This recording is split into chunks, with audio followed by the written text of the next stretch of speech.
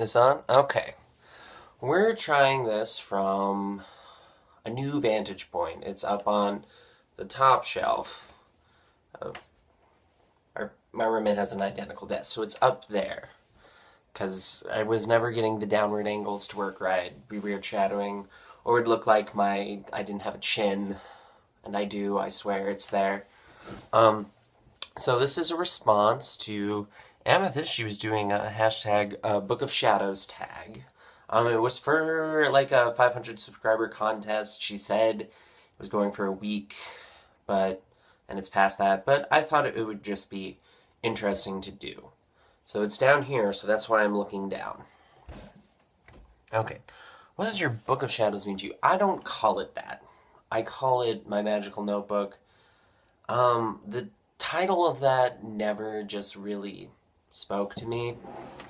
I realize that speaks to some people and it's very important to them. Me, not so much. I didn't get it. So it's just my magical notebooks, or various notebooks, just getting what I do in my craft. And so that's what it means to me. It's a place to just gather information, knowledge, things that I think might be important to me in the future, like recipes, or this didn't work, maybe try this again, maybe tweak it, and then I'll leave space to like come back later and write down what you're doing or how did it work. Okay, the next question. What's your favorite thing to do?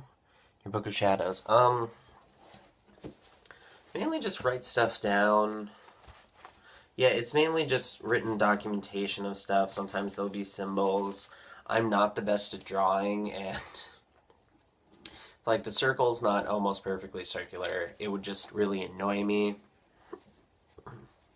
Although, in my oldest one, I have some of those like votive ones. I have the stickers in there.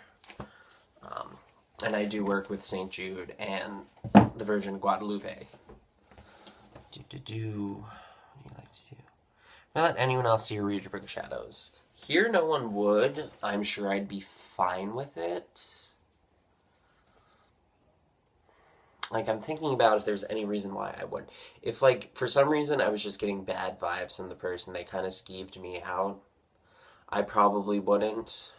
But other than that, I'd be fine, just, like, because I organize it by date going forward, so I can look back and tell you, like, well, this is what I did that day. This worked for me. But yeah, I would be kind of a case-by-case basis, I feel.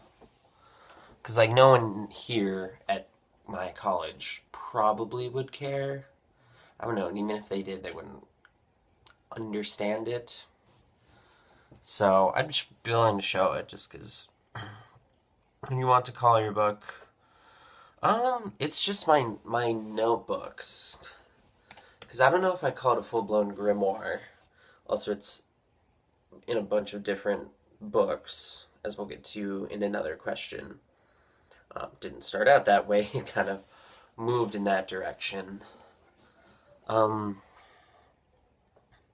They're just my notebooks. Do you have more than one Book of Shadows, or do you have several categories? So, to answer this, we have to start from the beginning. This is my first one. It is really banged up mainly because this is a composition notebook that I'd used for a pretty good amount of time before, and there's like pages I cut out.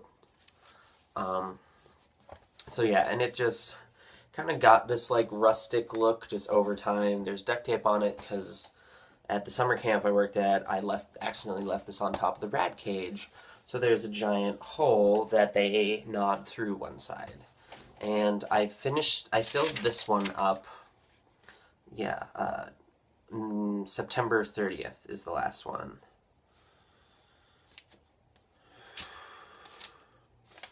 Yeah, there's just info. So this originally was a combination of like what I was writing, things I did. It was also kind of a journal.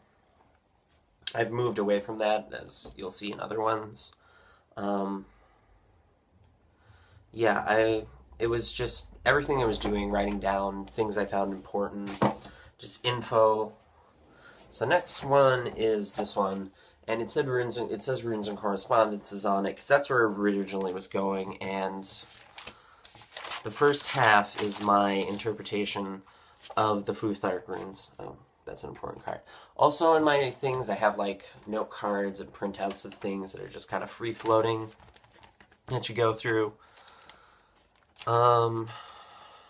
Yeah, so the first half is like Futhark stuff. It was all just specifically rune stuff. And then starting October 1st, it says new book, new journal. So that day was also the first day that I had a guard shift. Yeah. See, used to keep things in like that.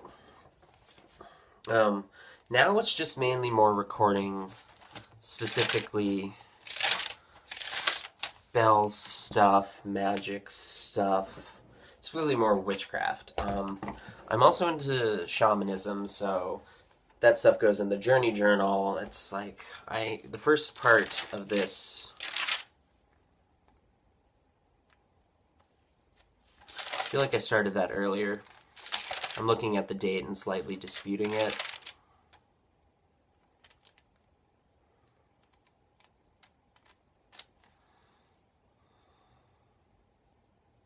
Yeah, I feel like that should be 9 too, but sorry.